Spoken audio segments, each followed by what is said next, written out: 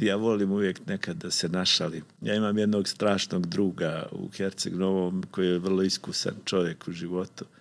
Pa kaže tako neki dva druga bila, pa ovaj jedan imao kišobran ili dva kišobrana u kolima gdje, pa kad su išli negdje, on mu dao svoj kišobran, a onda mu stalno govorio kako mu je on dao kišobran i da ti ja nisam dao kišobran, ti bi pokisao.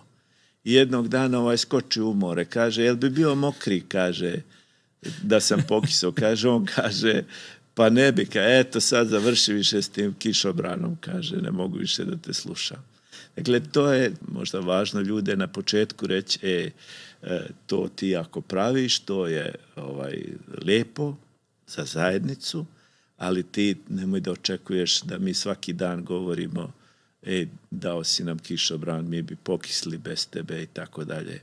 Jer onda je stvarno bolje skočiti u more i kvasiti se sav nego trpiti tu muku. A kad daruješ, onda nema više da govoriš ja sam tebi dao, ja sam tebi platio ručak i tako dalje. Jer ako to govoriš, onda bolje da nisi. Ali vrlo je važno da se možda na početku ljudima objasni da je to za zajednicu. Naravno, nije to vlasništvo ni popa, ni vladike, ni ne znam, ni ja neke grupe, nekog odbora, recimo sad.